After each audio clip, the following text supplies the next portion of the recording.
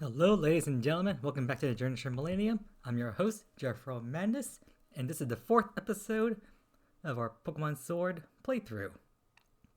And last time we left off, well, we pretty much completed everything we had here in the Crown Tundra. And while there are things we can do, unfortunately, we just don't have, well, we need to be champion in order to do them. So, it looks like I forgot to exit the house last time, so we could see this cutscene. I probably should have done in the last episode. But essentially, after you get the legendary clues from Peony, the game's now just essentially just showing you a nice view of the Crown Tundra so you know where you can go.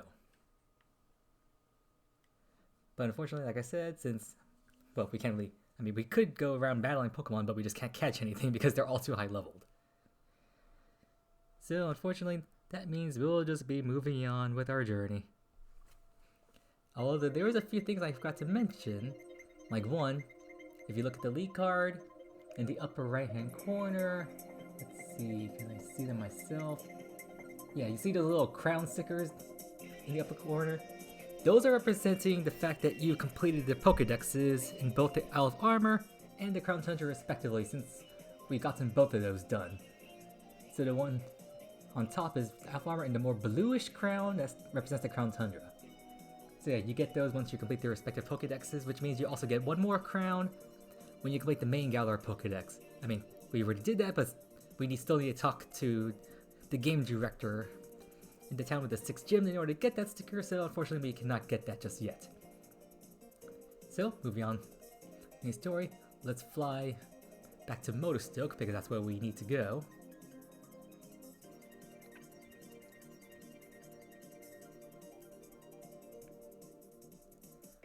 Although before we do move on, I believe there's an item around here. Nope, don't want to go that way. There it is, the Silk Scarf. This is a held item that increases the power of normal type attacks, which will come in handy for something I want to do later on. One more thing I want to do, into the Pokemon Center here. So the one thing about Pokemon Centers, I probably should have mentioned this myself, but here on the right you can talk to this guy behind the counter. This is where the name writer is, as well as the move relearner and move deleters.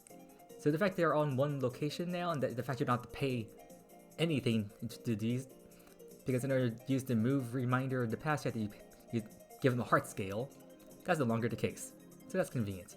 And then the Pokemart is loaded here on the right side of the center, and some Pokemarts have 2 people here. The one on the left will always sell you the basic items like Pokeballs, Great Balls, Ultra Balls, potions, healing items, repels, escape ropes, the works. Well, not escape rope, that's a key item in this game, so that doesn't count. However, the guy on the right side, sometimes they'll sell you special items like special Pokeballs, X items, battle items, but the main thing here are TMs. Still, since I still got a ton of cash from last time, oop, I didn't mean to exit. Let's just buy all these TMs here. Some of these are just battle item related TMs, so they're not really ones that we're going to be using in a casual playthrough. Like Helping Hand here, that's like specifically for double battles. False Swipe is the move. The fact you can buy this early on is very nice. The game, I guess the game's just a way of telling you, it's like, hey, you should be catching Pokemon. Round is a very interesting move. So the first time this is mostly used to be like in double battles. So like one Pokemon uses it, it does a small amount of damage. However, if the second Pokemon you're seeing uses round immediately following up to that, I guess the move gets like priority of sorts, and then it does even more damage. So it's a rather interesting move.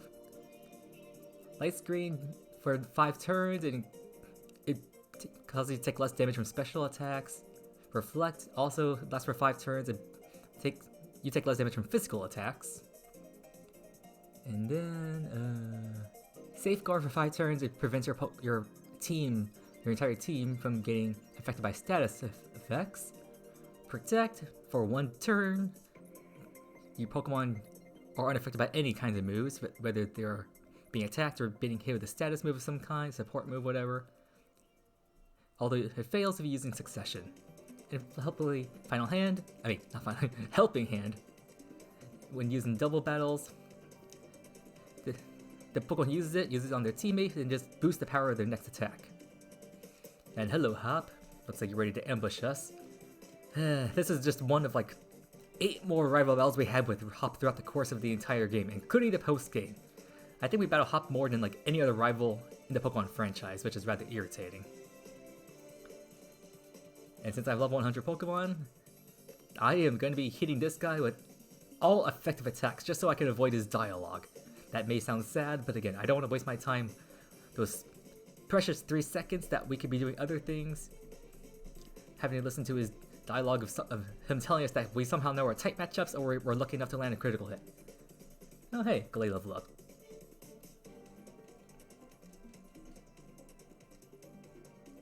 There's his starter.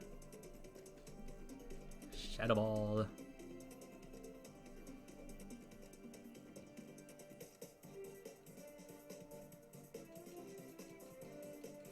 And since we're level 100, I can pretty much just skip through all the text. I don't have to see who's coming out next because I can knock them all out in one hit. As sad as that might sound, it's the way it is. And there's his obligatory speech about his final Pokemon coming out. Still find it funny that Rickety has a good ability at the beginning, before he even gets pressure when he finally gets to his final evolution of Corviknight. Yep, that's his last one. What makes Hop an interesting rival though, despite his annoyance in battles, the fact his team actually changes quite a bit over the course of the playthrough because, well, he's going through a bit of a character development, I suppose you could call it. I mean, he does get character development, but I guess it's not represented very well. The story of this game is pretty terrible, but the characters themselves are rather interesting, which I suppose is a plus. Oh wow, I just entered Route 3 and I already hear a Vulpix somewhere. As well as a Stunky. There's something also interesting about this Pokemon Sword and Shield story is that whenever you're running around just the basic routes or towns or whatever in the game, the day-night cycle is like already preset. It's always going to be the same no matter where you go. So if you want to evolve Pokemon that evolve specifically at nighttime, like say Galarian Linoone that needs to evolve into Obstagoon at nighttime at level 35, or Snom needs High Friendship to evolve into Frostmoth at nighttime, in order to get that nighttime, you need to go to the wild area in order to get the nighttime cycle going. Which isn't that big of an inconvenience, but since the game never tells you this, and you kind of have to figure it out on your own, that can be a tad irritating. So for example, if you've got this Galarian Zigzagoon here, and it evolves into Galarian Linoone around level 20, I think it is. And then once at level 34, you should probably just go to the wild area to level it up there. And do I even know where I'm going? I think there's an item here somewhere? Is that why I'm running around here? Yep, there's an item. That's a Burn Heal. I guess that's rather convenient considering you can, on the left side of the route, you can find a lot of what's his name again? Oh, hey Sonia. It's the first stage evolution of Colossal. Mid stage is Carkol.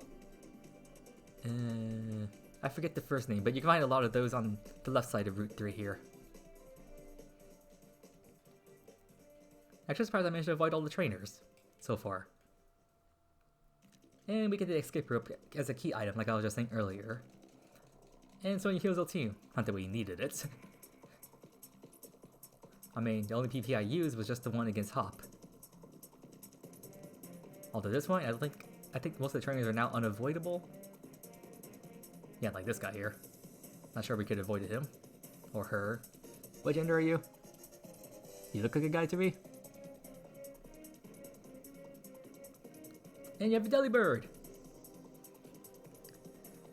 Funny thing about Delibird, I had no idea he was like a Christmas related Pokemon, so like, when the promo gen came around in December of 2019, because that was like the first like December promo promotional raid, the promo rate at the time was for Delibird.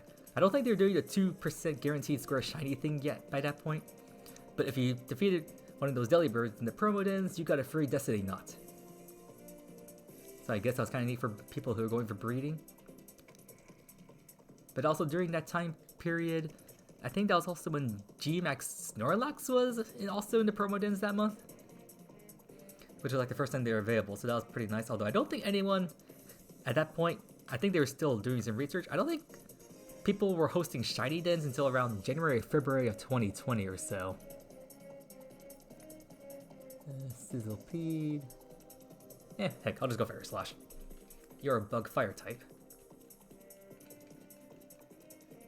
Funny thing, when I chose the moveset for Inteleon to sweep through the game, I chose Knife Shot, Ice Beam, and Shadow Ball because they have 100% accuracy.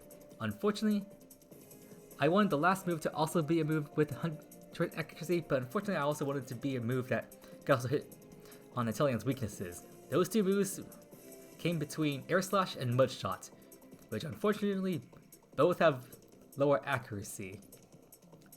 So I eventually just chose Air Slash because I thought it had better utility over Mud Shot, which I think also has lower accuracy than Air Slash, so I just didn't want to take that opportunity. I just want to take that risk. I think that's all the trainers here en route. Yep. Now we can move our way up here to enter the Galar Mine. Come on. Although I think I skipped like a TM I could have gotten back there, but then I had to fix another trainer, and I'm trying to get through this as quickly as I can. If you go over that way and move down, there's another TM in that direction. Also, if you move to the left there, you can also get another TM down that way. But again, I'm trying to get through as quickly as possible, so I'll get that maybe off screen. Not sure we could avoid this guy.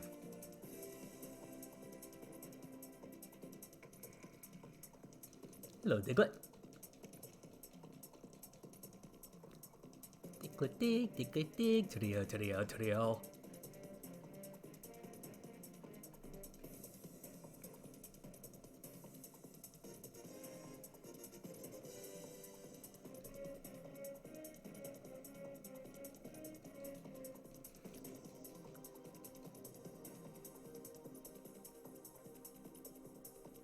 It's mind-boggling to me how quickly these episodes can go by. It's already been roughly 10 minutes of recording, and I haven't made it to turret field yet. I thought this area went by a little faster.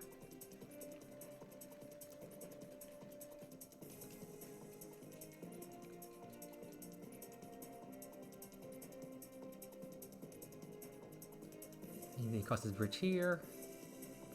And then there's an item on the right there. I think that's like the something boots or other.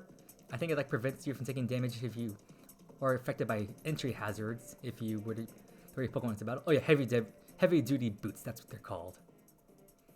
But since there's a trainer blocking it, I don't want to pick that up when I'm on camera here. And now this mysterious person is blocking us. Who are you, sir? Care to introduce yourself? You're not part of Team Yell, so why are you blocking our way? And this guy's name? It's actually Bede. He's another trainer who's in the gym challenge like us, Hop and Marty. And this guy, I suppose you could call him he's like the blue rival from the Gen 1. Except, well, this guy has a real attitude. And no arrogance. I mean he has arrogance, but like no like real reason to even be arrogant. Why? Well, he has an attitude because he believes he's superior to us because he was endorsed for the gym challenge by Chairman Rose himself. And since Chairman Rose is like kind of like the president of the Pokemon League, he thinks he's extremely important, which is why he has a huge ego and arrogance. Which I guess kind of makes sense. But at the same time, compared to Blue, who is Professor Oak's grandson, and Professor Oak has a way better, well not better, but a more reputable reputation in comparison to this guy who just runs a Pokemon League, so I suppose his arrogance was more well-founded, especially since he also studied Pokemon since he was a young age, so his arrogance was definitely up there and more well-deserving. Him? Bede? He just thinks he's hot stuff and he's not. And he's just blocking your way because, well, some of the Team Yell, he just doesn't want anyone else to complete their gym challenges because he wants to sabotage. So I guess he and Clara would get along quite well. And those of you who forgot, Clara was the rival from the Isle of Armor if you're playing Pokemon Sword. Avery if you're playing Shield. So that's another trainer out of our way.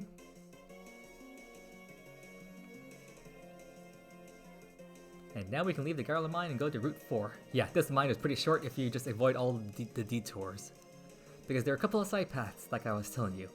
Although I'm going to go back in because there's actually something else you can do here now that you've exited. That is, if I did it right. This is not a trick or exploit or anything, it's just part of the game. Let's see if it's here, around here somewhere. Did I skip it? Is there a sprite around here somewhere? I thought. Hello? Are you here? No? Huh. Well, there's supposed to be a wild Corkle here, which, since he's the evolution of the first stage, he's like a mid-stage evolution of Colossal, so you can just save time evolving him if you just catch it here. But I thought he was supposed to appear around here somewhere. Huh, weird. Oh well, no big loss. I was hoping I could just show it on camera, but oh well. That was a nice waste of 1 minute. So here on Route 1, there's actually a lot of Pokemon you can find in the grass here. I mean, it's literally a straight route you can just, and what I'm going to do is go straight to Turret Field, but in the grass around this area, there's a ton of wild Pokemon you can find. Like 5% chance of finding Pikachu and Eevee. You can find Milcery in the grass. Wooloo can also be found in the grass here. Pharaoh Seed, I think Badoo and Cutiefly can also be found in the grass. Electrike, Pumpkaboo. And mind you, all those are a mix of Pokemon that found via the overworld and also in the random grass patches. So yeah, just on that one route, that was a lot of Pokemon. And back on Route 3, you could have found Vulpix, Cantonian Vulpix mind you, Stunky, Galarian Zigzagoon, Gossifleur, who is he's a grass type. You can find Sizzlepleed as an extremely rare 1% overworld encounter on Route 3. And like I said, on the left side you can find a bunch of the first stage for Colossal. I don't know why, its name keeps escaping me. It's been a long time since I dealt with it.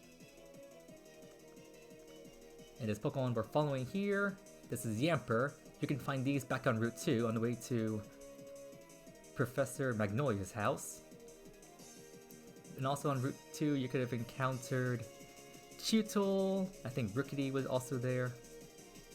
And on Route 1, Rickety, Wooloo, Blipbug. Those are all in the overworld.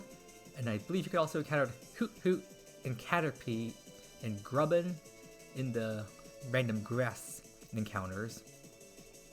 So yeah, quite a bit of Pokemon just on those first few routes. And that's not even including the wild area. Because funny enough, in the wild area, like, you could go through all those different locations, and even though some Pokemon say they're very strong looking, you can't catch them, what you can catch are the Pokemon from all the raid dens. Because as long as you have the Water and Wishing Pieces available, you can just go to all those raid dens, throw in Wishing Pieces, and then you can catch Pokemon.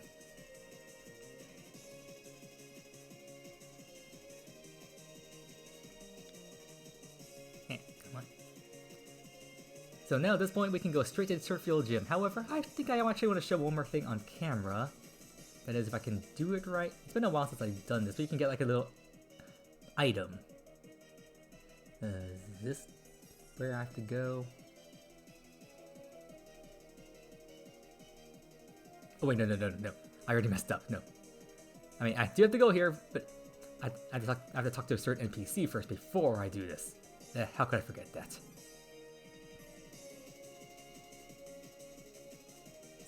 So first go back up this little hill over here. No, wait, I don't think I need to go that way. Wait, am I going the right way? Huh, yeesh, I'm already messing things up like crazy. Oh, wait.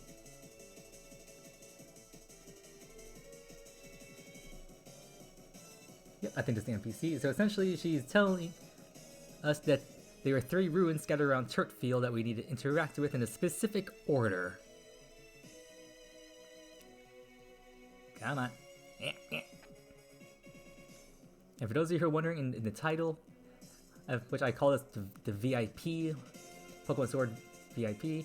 V.I.P does not stand for very important person. It stands for visually impaired playthrough, or in case of my other videos, visually impaired person. Just thought I mention that for those of you who may have been confused by that particular little acronym I threw in my video titles. There's supposed to be like a rock or ruin thing around here I'm supposed to interact with.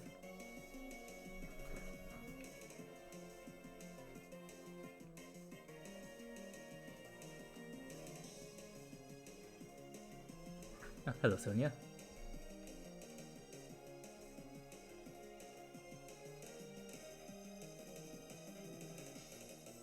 Did I go to the right place?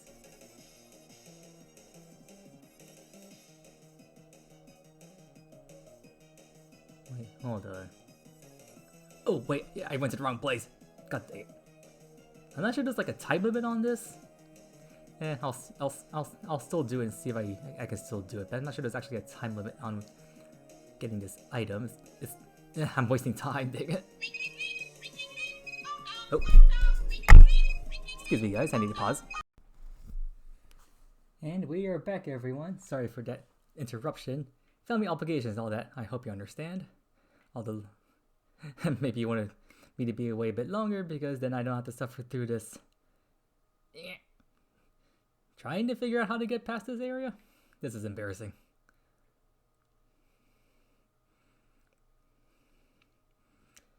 And this is what happens when you give a visually impaired person the reins because I have no idea. Forget the gym leaders. The layout of this town is defeating me more than anything else. Okay, I think I finally found my way out there. Whew.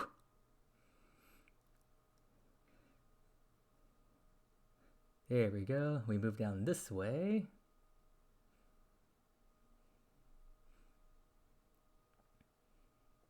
Is this it?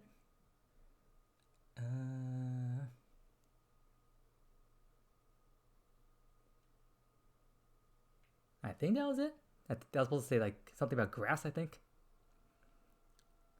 And then we actually make our way back up here this time. Although we're gonna go on a branching path, stick to the left side.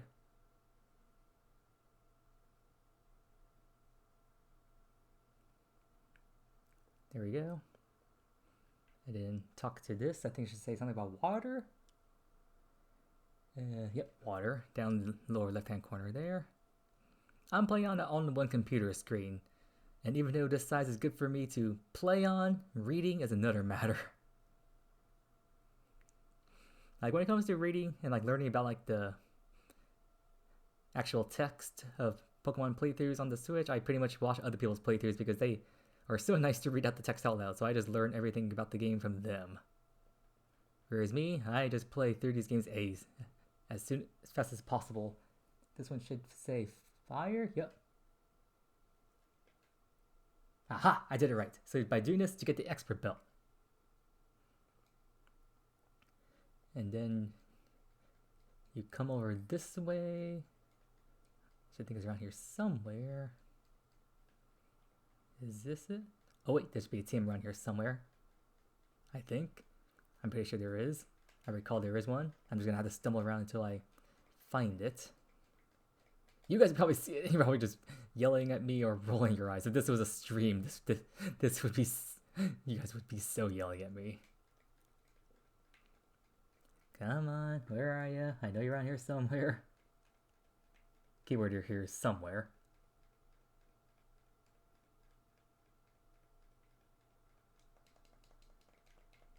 I'm like mashing ZL, ZR, and A buttons on my controller just for the small hope that I come in contact with the darn thing. Okay, you know what? I think I'll just cut out until I actually find it. And I found it! Well, as it turns out, I was looking at the wrong tree. Yep, that's embarrassing. Today, I found it. That's what counts.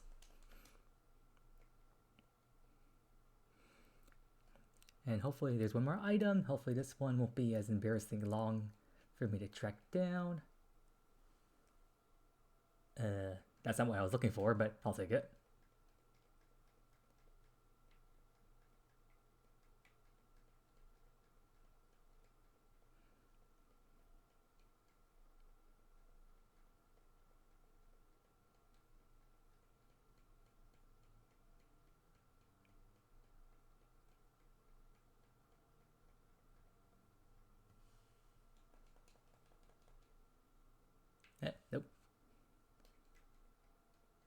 Yeah, you know, I know where the items are generally speaking, like their locations, but I'm just having a hard time actually getting to the darn good things. I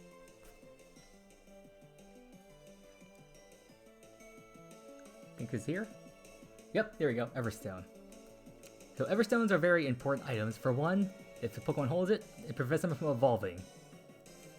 Which in some cases you may think that's a bad thing, but here's the thing, if Pokemon, like say your starter, which evolves to level 16, you can do that, but then they're supposed to evolve into their final evolutions at level 35. But then if you let their starter go past that, they will actually gain a 20% experience boost. So if you give the Everstone, they will, well, it'll stop them from going, it stops you having to constantly go to the evolution screen. And like I said, when they're supposed to evolve but you don't let them, they get a 20% experience boost. And also, if you go into Pokemon Camp and you use it to boost their affection to a certain point, that also gives them a 20% experience boost, which can be beneficial for earning experience points if you don't want to rely on experience candies. Whew, finally. Everstones are also used that if you give it to a Pokemon for Pokemon breeding, their natures will get passed down. Which is generally what you give to Dittos, so that they can not level up, so they can evolve. And here's the ball guy, and he gives us the friend ball. Thank you. Pokemon who are caught in this could have their friendship or affection boosted, which is rather useful for evolving Pokemon like, say, Chansey. So you need to talk to this person who is standing here. Then we change into our gym jersey. Now it's time to begin the gym challenge. A little sad, it took me about half an hour to get to the first gym. But hopefully within this time span of this episode, I can get through the first and second gyms. That's my hope. The opening stages of the game, it can take a little while. But once you get past Hammerlock, the game really speeds up dramatically because the sections are not that long. So hopefully by the time I get to episode 10 or so, I'll be at Winden, but hopefully it won't take that long. So the first gym puzzle, well, has nothing to do with grass-type Pokemon. You just need to herd these Wooloo into the corrals. And I guess they're kind of scared of you, so you just gotta push them around a bit. Now, normally I have technological assistance to help me get through this challenge because these Wooloo, they're a bright color and they blend in with the ground, which is also a bright color. So for me, trying to do this on my computer screen is a little hard because I can't really see these guys properly. However, what makes it somewhat easier is that these guys, they can run toward the walls. So if you just position like this, you can push them into those areas. I think there's some Wooloo on this side of the wall. Nope.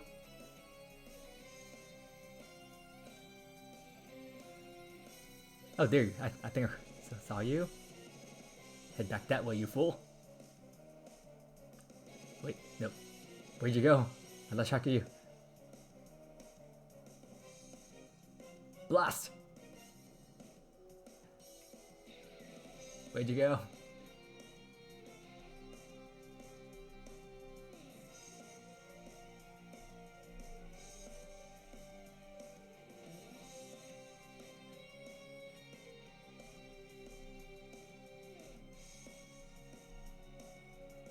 Yeah, this is embarrassing. It doesn't normally take me this long to do just the first round.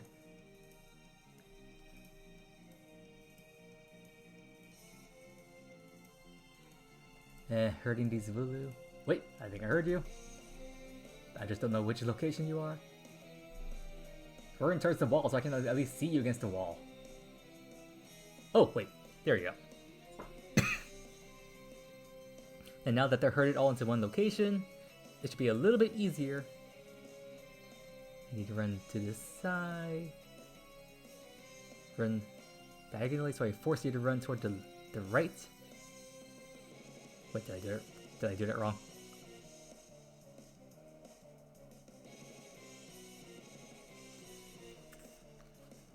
I don't hear the cries.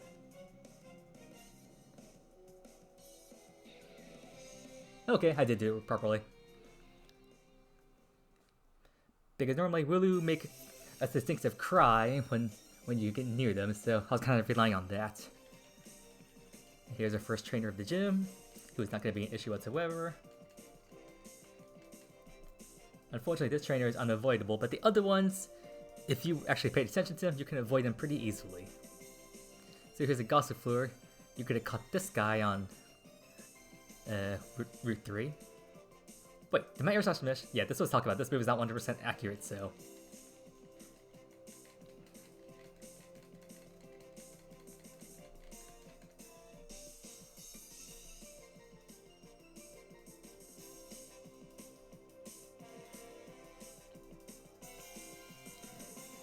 And he was only one Pokemon, that was easy enough.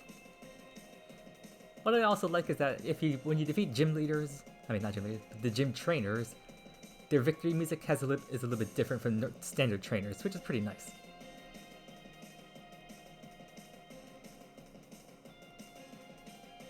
Another feature of this gym is that when you're trying to herd all these Wooloo, there are also Yamper running around that are scaring the Wooloo away, and dang it! That's a trainer you can technically avoid, and I was hoping he was looking in the wrong area, but oh well.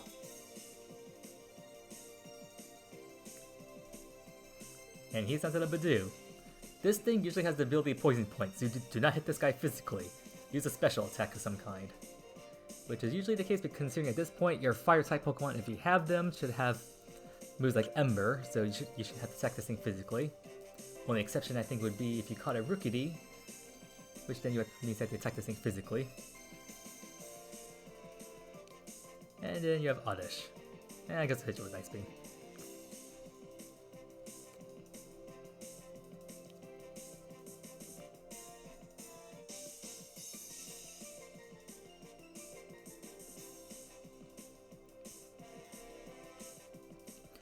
And now that guy's defeated. Continue hurting the Wooloo. Keep heading up, you sheep. Wait, what? Oh shoot, did I miss them? Oh no, did I run ahead of them? That means they ran backwards. No!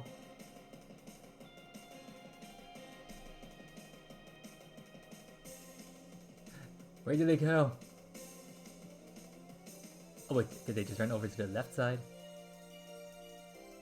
Yep, they did. Okay, good. Phew! They didn't run too far then. I think this is the third and final area, and this is where the Yamper can become a huge issue.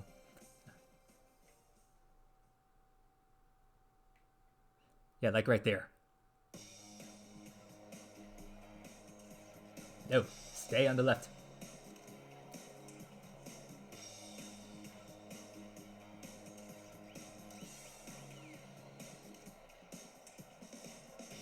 Yeah, this is where the Yamper can become a real annoyance, because you're trying to keep pushing the Wooloo forward, but the Yamper keeps scaring them away, and like, no, stay herded.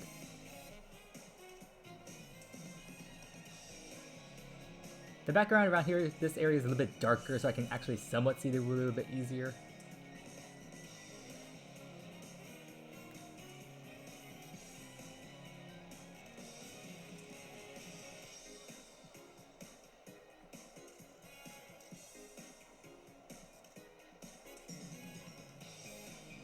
Yeah, see, because those Yamper kept scaring around the Wooloo. Some of them got scattered somewhere around here. Ah, see, there's one.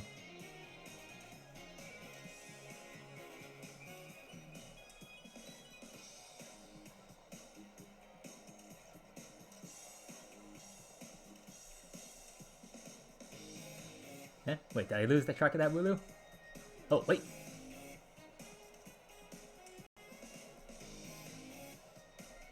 Yeah. I was trying to get around to see where that Wooloo was, but stupid trainer.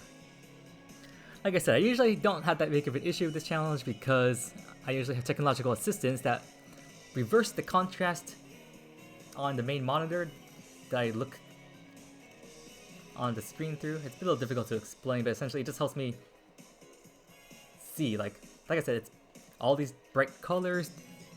The technology just reverses the contrast of the color, so therefore the screen becomes darker and I can see what's on the screen a bit easier, including the Wooloo running around. But unfortunately, since I cannot do that when this thing is docked, you have to suffer watching me bumble my way through this puzzle, which I would pretty much be done by now. This puzzle is not usually taking me this long. I know that sounds like a bad excuse and all, but the fact I need technological assistance to play a Pokemon game just really shows you how downhill my eyesight has gone. Alright, Wooloo, where are you? I heard you somewhere. I hear you again. Are you behind me?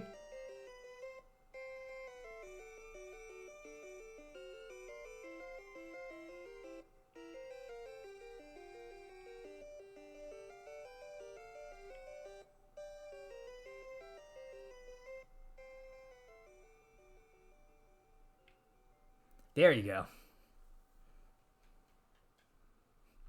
Hopefully that's the last one. That should be the last one.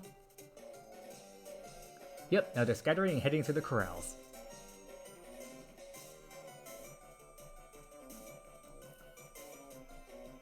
And there's one thing I actually like about the gym challenge is the fact that they just let you climb this grand staircase to the...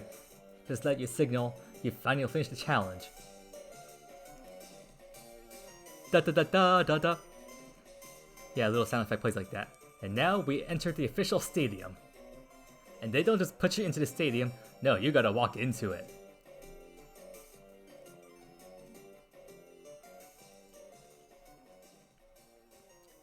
And there's a big crowd already waiting for you. I don't know how that happens. Like, if this is the anime, then I'm pretty sure that these events were like scheduled ahead of time. But the video game standpoint, I don't know. Like, how did they know I was coming?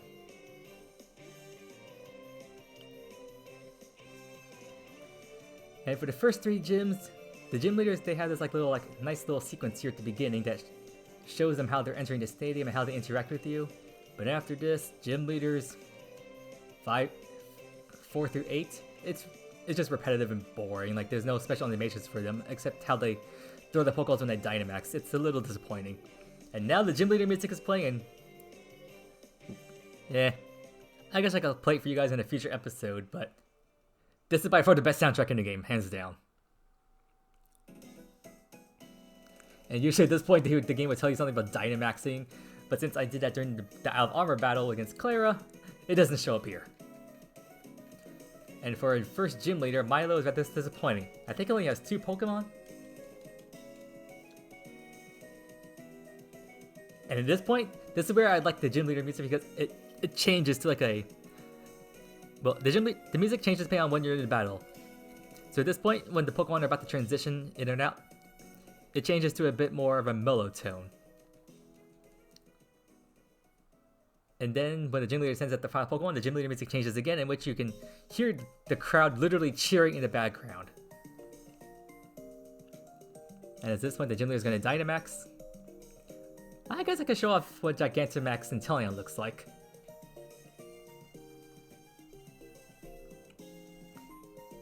And like I said, unlike Generation 7, no unique trainer poses in battle, which means everyone has the same animation when they Dynamax their Pokemon, which is disappointing for us players.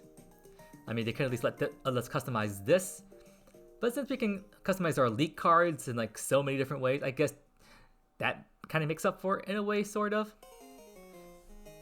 Because here's a fun fact, for Elite cards, you can also get backgrounds for like all the different gyms. So if you had like the background for here, the Turtfield City gym, on your Elite card, and then you went to an online battle, like the game would like just flip a coin, and there's a chance that your Elite card would be chosen, and therefore the battlefield online would then be the Turtfield gym itself. There's Max Airstream, the flying type. Max Dynamax attack. And now his Eldegoss is taken out. Funny enough, I don't know why he only has 2 Pokemon, not to mention the fact he used an Eldegoss of all things, because Milo's ace Pokemon is actually either Flapple or Appleton, depending on what version of the plane you're playing. And when you battle him later on in the game, he actually will use either G-Max Flapple or G-Max Appleton as his ace. I don't know why they didn't use it now, but I don't know, maybe not having a Dragon type as as the ace of the first gen would be overkill or something. Honestly, it's not, because if you were to catch everything in the game available in the game at this point in the game, you can literally have access to over 350 Pokemon in the entire Galar Pokedex. And remember, there are 400 Pokemon in the Galar Pokedex, so the fact you can have access to like 350 of them before you even get the first gym badge just because of the wild area, it's crazy. I mean, it's not solely because of the wild area, but just take all the Pokemon you can catch in all the previous routes in the wild area, and then the fact you can even catch Pokemon from max raid battles, you can just add so many Pokemon to your repertoire before you get the first gym badge. Like I said, this game is so broken.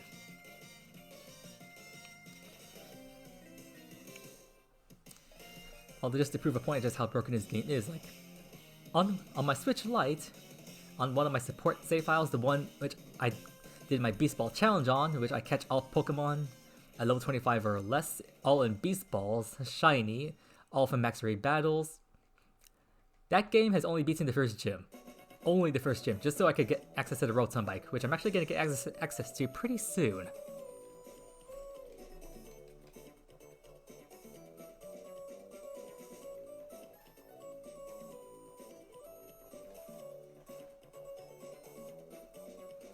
But yeah, that save file I was talking about, the one who's named Melody, I'm sure you've seen it.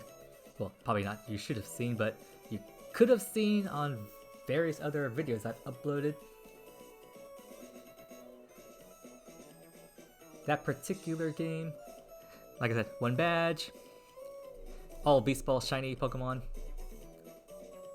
Well, I've pretty much completed the entire Pokedex, and that's because I pretty much caught almost everything available from max raid battles, with the only exceptions being Pokemon like Titanol, I almost said Arceus, Titanol, Savali. Those are transferred from other games. Legendary Zacian, Zamazenta, and Eternatus, because you can't catch them at that point in the game. Not to mention the shiny versions are only event exclusive. And so forth. But still, yeah, the fact you can have all those Pokemon caught from max raid battles, you can pretty much just complete your Pokédex so early on. And here's the nursery. I'm just talking out of obligation, just so I can register it on my map. And then if you go down there, you can reach the southern area of Route 5 where a bunch of trainers, wild Pokemon are, among other things. And what's funny is because the wild Pokemon you can find here on Route 5 include Pokemon such as Applin, which, when you give it one of the two apple items, can evolve into either Flapple or Appleton. The Sweet Apple evolves Applin into Appleton. Flapple requires the Tart Apple. You can find those in one of two ways. One, you can get one just through the storyline. Once you reach the city of Hammerlock, there'll be an NPC, a young boy, on the far left side of the city. Or you can also find them in a wild area, on an island, like literally in the center of the lake, in a place called the Axios Eye. Just by the name, I think you can guess what Pokemon are there on that little island. But since it's an island, you need to have access to the Surfing Rotom Bike to get there, so that's off limits for now. But also here on Route 5, which is actually a Sword exclusive, you can find Galarian Farfetch'd. And I think you can find some other Pokemon. I think Wobbuffet is another one you can find. The others slip my mind though. I can't think of them off the top of my head. And Gallade wants to learn Protect. Nope. Not interested. So yeah, apparently these Team Yell guys, they're harassing this old man for some reason. I don't know, maybe they want access to his Rotom Bike that he's going to give to us once we defeat them. Spoiler. I don't know why these fanboys are harassing this old man for a bicycle. Like I said, the story of this game is very nonsensical. It makes very little sense.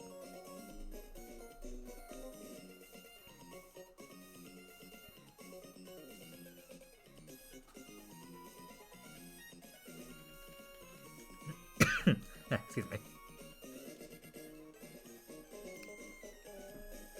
There you go. These guys are defeated very easily. So then, what do you people have to say? Not much of anything. I'm not even reading the text anyway, but Apparently this old man was blown away by our skills that he's gonna gift us his Rotom bike. So now traveling around the region in the wild areas, Isle of Armor, Crown Centra, has become infinitely easier. Just simply press plus or minus to mount and dismount the bike, and then press the R button to give it a boost, which then the bike has a recharge and hey, what do you know? It's Hop again. Hit the battle twice in one episode. This guy literally seems to wait for you on like virtually every single bridge in the region. Slapstick sound again. So then, it's been like half an hour since I last battled you. Have you got any new Pokemon there, pal? Your Wooloo is still a Wooloo. Obligatory speech at the beginning of the battle, blah blah blah. Thank you for wasting like 3 seconds. Let's knock out your Wooloo here. I know I'm hating on Hop so much, but this guy... You battle this guy way too many times throughout the story. It just gets so irritating.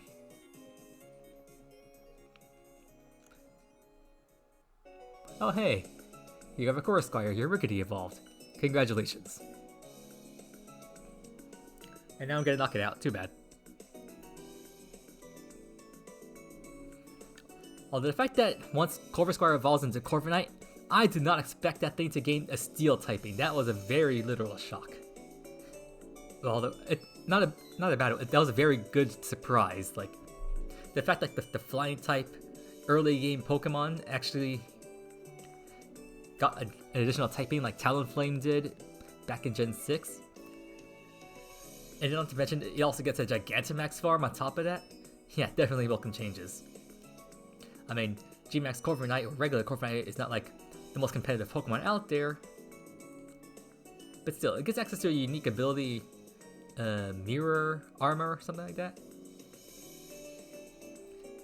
Which I think it like reflects on the like stat debuffs back onto your opponent. So it's like I said, it's an interesting addition to this game, and it definitely makes the Galar Pokemon stand out.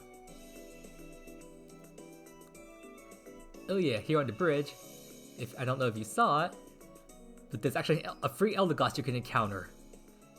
Which I suppose for those people who did not choose Grookey as their starter, which is developers' way of giving you a free evolved grass type Pokemon you can just use here, because the next gym, here in Woolberry, is a water type gym. And just like they did in Motostoke, we're now getting a nice overview of the city. I actually want to check something. Open my league card. How much money do I have? I have... is it 600,000? Either way, that's plenty. Then we move over this way. Then we have a group of people here. I think this is Chairman Rose and his assistant Oleana. Yep, there's Rose talking.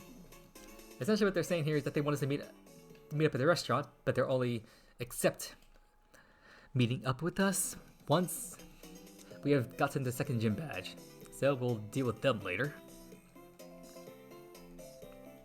So Woodbury is essentially like a fishing port town of sorts, I suppose you can call it. But also unique about it is the fact that it also has like a little small marketplace in the lower section of the town, city, whatever you want to call it. Yeah, blah blah blah, done talking. You're gonna just be hopping the bike a lot because, like I said, it's just makes traveling around so much faster. And one of these merchants has what I'm looking for, so I can explain something. Nope. These are healing items, and while they do have special effects, they also lower the friendship or affection on your Pokemon. So unless you want to use the move Frustration or something, don't buy those. Although the moves Return and Frustration are actually moves that were removed from this game, so lowering your Pokemon's affection has like little purpose in this game. I don't know why they removed it, but I guess they just didn't want to code it in. Ah, here it is. So this guy sells you instance items. These have certain effects and whatnot, but the main purpose is for breeding. So for example, this Rose Incense, if you let a Roselia or Rose Raid Pokemon hold it when breeding, this will guarantee that the Pokemon that hatches from the egg is a Badoo instead of a Roselia or instead of a Roselia. Because if you don't hold these items, then if you breed Roselia or Roselia, you'll just get a Roselia from the egg. But when it's holding the Rose Incense, that guarantees that a Badoo will hatch instead. For Sea Incense, I believe this one is to get a Azurill to hatch when you breed Marill or Azumarill. Wave Incense, when Mantine holds it, you'll get Mantike from the egg. Rock Incense is to hatch Bonsai. Odd Incense is to hatch Mime Jr. Lax Incense is to hatch Munchlax from Snorlax. Full Incense is for Munchlax. Lax Incense, I can't think off the top of my head who Lax Incense is for. I'm pretty... Oh, wait. I think Full Incense is for Munchlax and you're for Why Not. Yeah, there we go. Pure Incense is for Happiny. Wait. I keep confusing these. Lux Incense is for Happiny when you breed Chansey or Blissey, and then the Pure Incense is for when you're breeding Chimecho, so you can get Chingling. So while these items are all here in the game, funny thing is that some of these are not even in Sword and Shield right now. Badoo is in the game. Azurill came in the Isle of Armor. Mantike is part of the Galar Pokedex. Bosley is in the Galar Pokedex. Mime Jr. is actually very interesting because Mime Jr., it's a fairy second type as a baby, but then when it evolves, since you're playing a Sword and Shield, it'll always evolve into Galarian Mr. Mime. However, if you try to evolve that Mime Jr. into a different game, once Pokemon Home finally get updated, you can then evolve into a Cantoni Mr. Mime, so that's a fun little factoid. And then we have Why Not. This is in the Galar Pokedex as well. Munchlax is also in the Galar Pokedex with Snorlax. Chimecho and the baby Chingling are not in the Galar Pokedex. They're not in any of the other Pokedexes, which is actually a good thing because they're probably like the worst second type ever introduced in the Hoenn region. And then the PD, Chansey, Blissey's were also introduced in the Isle of Armor. And I'm actually gonna buy 2 of these. Because for those of you who know, Luck Incense, when a Pokemon holds it, it actually boosts your prize money. So I'm gonna give that to my Inteleon so I can earn more money from battles. And that's gonna be the other category. Yep, here we go. Give to Inteleon. So that's what I want to do here in this little marketplace down here. And now the next step we're supposed to do is to go talk to the gym leader, Nessa, who is over by the lighthouse over here. Should be around here somewhere. There we go. Hello, Nessa. One of the few female gym leaders. And each time you talk to these gym leaders or someone close by to them, you usually get their league cards. And there's another TM over here, Electroweb. Rather convenient that you get an electric type TM right here just before we face the water type gym leader. And here's a little interesting fact. Did you know that Metapod can actually learn Electroweb? Yeah, go figure. Because that Metapod can actually use an attacking move in battle. Not that I don't know anyone who's going to use Metapod at this stage, but it's something worth noting. Kinda like how Magikarp can learn the Hydro Pump TR. And here from the ball guy, he gives us the Lure Ball this time around. And speaking of TRs, I think I kind of just like skimmed over them before. But Sword and Shield introduced a very interesting system. So like a lot of the TMs you get in Sword and Shield are like moves that you would probably think are bad or you just wouldn't use often, like moves like Charm or Icicle Spear. But they're still the typical ones you would find, like say False Swipe. But then Attract is also a TM, I believe. But they also made other moves like the elemental punches, the elemental fang attacks. Those are now TMs in this game, which is pretty cool. Because previously those were usually moves that you would be relegated to like egg moves when breeding. Although you don't get access to those until much later on in the game. But then you're probably wondering, well, what about the standard attacks like Thunderbolt, Ice Beam, Flamethrower? Those are usually TMs. What happened to them? Well, that's where the TRs, or technical records, come into play. Because all those moves got relegated to the TRs, which can only be earned as rewards from max raid battles, or you can buy them from the Watt traders in the wild area. But TRs are like the old-fashioned TMs from Gens 1 through 4, they're single-use items. So once you use them, they're used up for good unless you have multiples of them. Meaning if you want to have multiple items of Thunderbolt, Flamethrower, Ice Beam, Earthquake, moves like that, you need to get multiples of those TRs, which can cost quite a lot of watts if you want to purchase them. But yeah, that's another change they made to Pokemon Sword and Shield, which is both nice and sometimes annoying.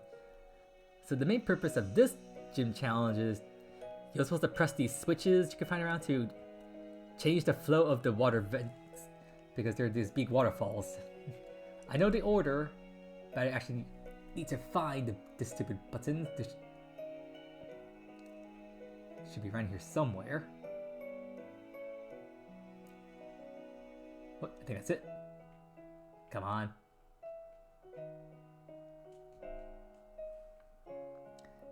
This is going to be another embarrassing thing. That was just me bumbling around. I could just cut this out, but that would just ruin the footage. There we go. So that opens up that. We entered this little corridor here where another button presses, which will open up the next area. Head back forward, and we hit this one again. Once I can actually get to it. Confound it.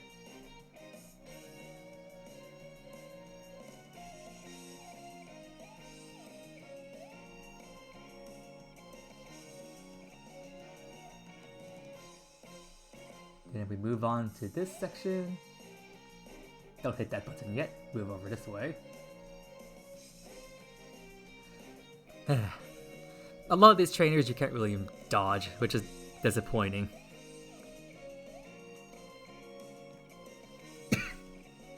Hello, Krabby. Yeah, no, I'm not even looking at the Pokemon's names. I know a lot of their cries by heart.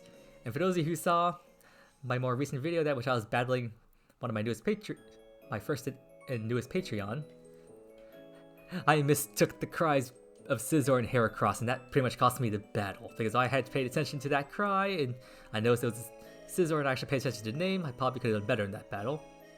In this case, I think I missed that cry. Who are you? Corfish.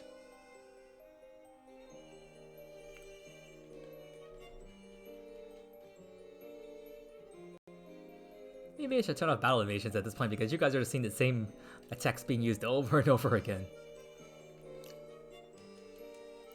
But then again, I turned them on. I kept battle missions on just so you could see maybe the gym leaders do something spectacular or interesting.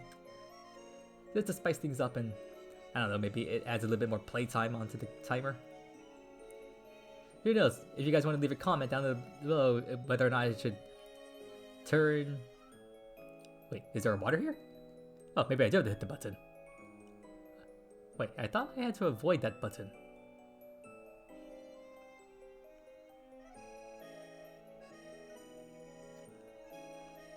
It's been a while since I played through the Sword and Shield story, so I thought... Wait. Oh, I was talking to someone. No wonder I was like, I couldn't move. I was like, oh no, did the game freeze? So maybe I do have to hit this button first?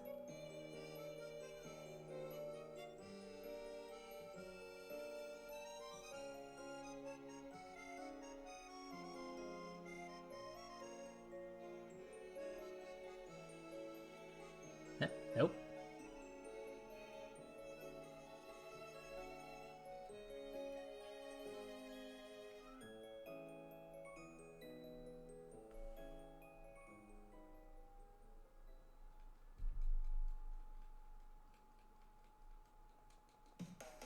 weird.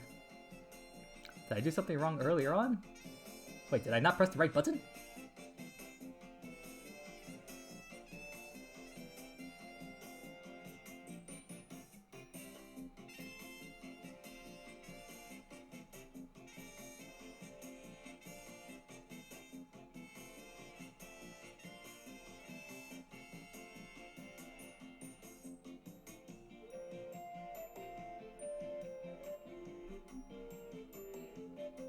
Oh, wait a minute, did I walk too far or something?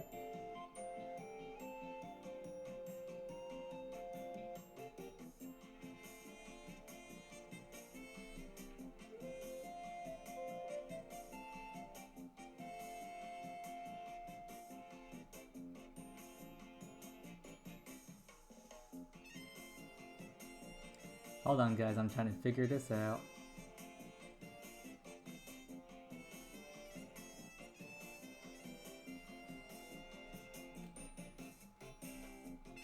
Ah, there we go. There was a button here.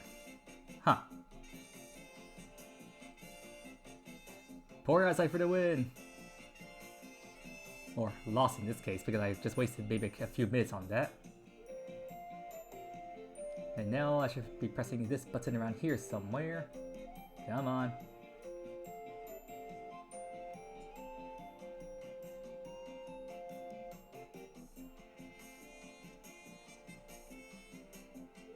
Yeah, like I said, I usually have technological assistance when I'm doing these darn puzzles.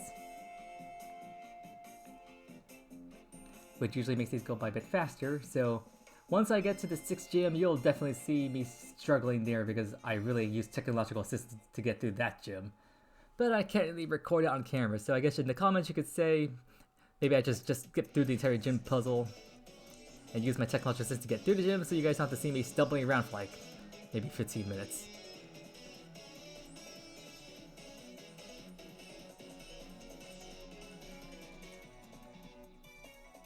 And speaking of stumbling, there's a gym trainer here who's like trying to see me.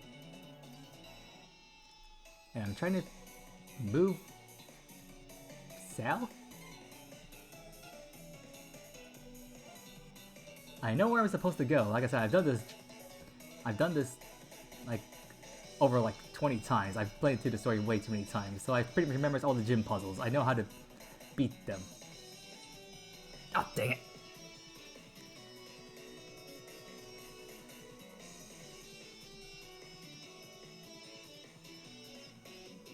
Remember raid. You are remembered, right? Yep, remember raid. The thing about a lot of the Pokemon cards from Gens 1 to 2, they're essentially mostly just remixes of the same sound, just like extended, maybe made a couple pitches higher. Like if you listen closely to the cards of Pokemon, like say Caterpie and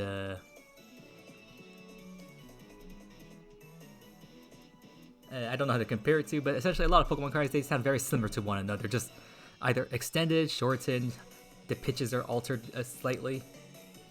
So it can be pretty easy to confuse some of them. And Johto Pokemon were done in a similar way since they're made with similar software.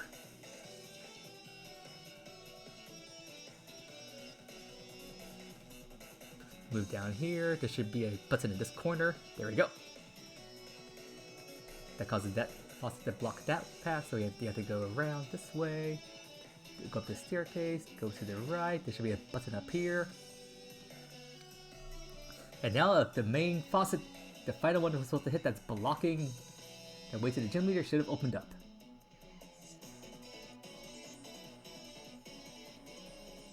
That is if I can get to it properly.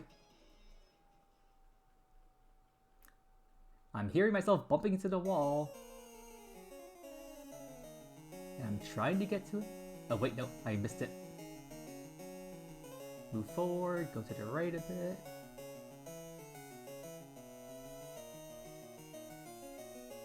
There we go.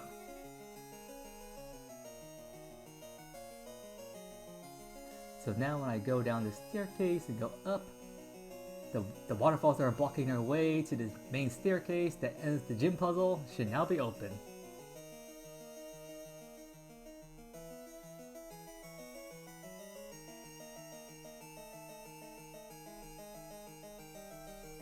Da da da da da da. There we go. After a little bit of eye struggle, I made my way up. And this is getting close to the end of the episode because I'm over an hour of recording, which is good. We can end the episode as soon as I beat Nessa.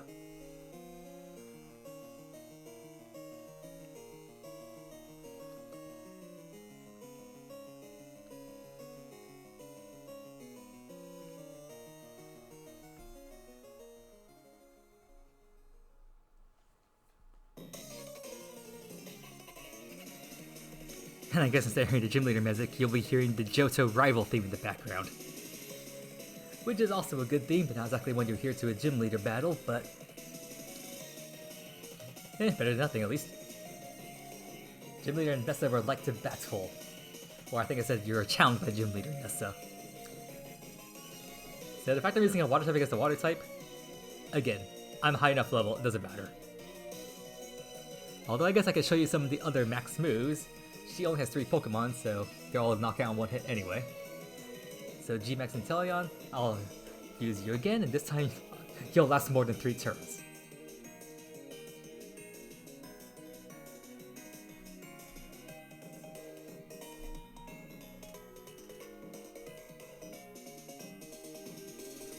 The interesting thing about the max moves that you use though, when you use them in double battles, which is usually the V2C format, the stat buffs or debuffs, they affect either both your opponents or both of your allies.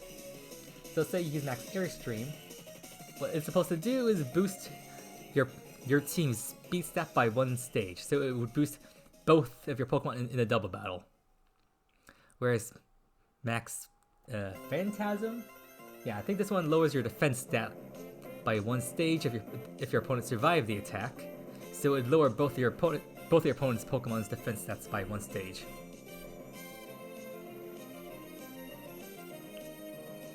And then Max Hailstorm summons Hail, Max Rockfall summons Sandstorm. And what other status effect is there? I mean, not status, Weather. Max Flare summons Sunny Day. And just as a point of reference, everything I've ever talked about in this game so far, I am just talking about straight off my memory. I have no like electronic documents in front of me. I have nothing like walkthroughs or Cerebi or anything like that. No YouTube videos. I am doing everything off of just pure memory, which just shows you just how many times I've played this game.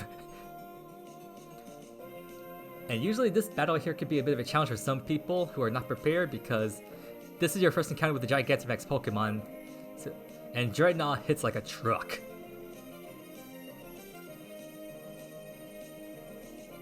However, if you use a grass type Pokemon, like say the Eldegoss you could have caught on Route 5, you could have used the Gossifleur you caught on Route 3, or if you have the starter Grookey, that can also make things easier. And since we have the Luck Instance equipped to our Inteleon, we get double prize money. So, more money there. Oh yeah, I should also mention, each time you defeat a gym leader, the level cap on Pokemon you can catch in the wild area, as well as Pokemon that can obey you in the wild, increase. So after we got the first gym badge, we can catch Pokemon up to level 25, and now I think Gym 2, we can catch Pokemon, up to level 30. So every single gym badge, the level cap as you catch Pokemon increases by 5 levels. And each gym leader you defeat also gives you a TM, although the TMs aren't really that impressive. The first, Milo gave us the TM for Magical Leaf, and Nessa gives us Whirlpool. And you also get a different uniform outfit you can change into depending on the type that you just defeated. And well, we've now defeated 2 gyms out of 8. So we're almost done with the... Well, not we're almost done, but we're almost done with the first section of the game because now we have 1 gym left to take on before we're supposed to move on to the next section of the game, which means we have to revisit the wild area. And I can show you one more interesting thing there for the Rotom bike. So I guess I'll just save my game real quick here. So if you guys like this video, like, comment, subscribe, press the notification bell if you like it.